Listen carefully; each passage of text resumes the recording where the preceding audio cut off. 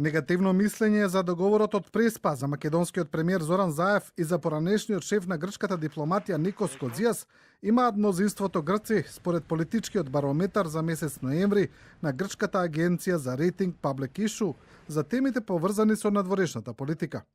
Од анкетираните грци, 65% одговориле дека се против договорот, 17% се за, 13% се ниту за, ниту против, а 5% немале мислење.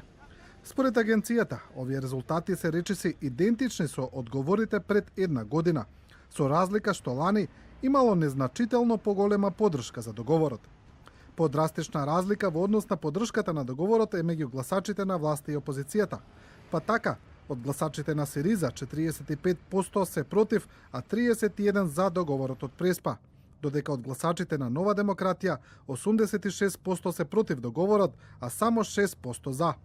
Интересно е дека половина од анкетираните грци имаат негативно мислење за македонскиот премиер Заев, а позитивно за него се изјасниле само 28%.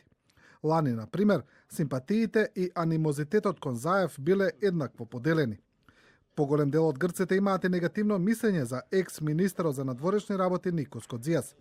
А грчкиот весник Атемирини ги анализира сценаријата за евентуалните предвремени избори во Грција.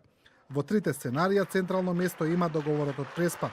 Избори во мај 2019, на почетокот на следната година или регуларно, како што е предвидено во октомври 2019, се опциите според анализата. Доминантното сценарио е избори во мај, заедно со локалните изборите за Европскиот парламент, а централната оска на ова сценарио е договорот од Преспа, кој на крајот од јануари ќе заврши во ПРМ и ќе помине на теренот на Грција.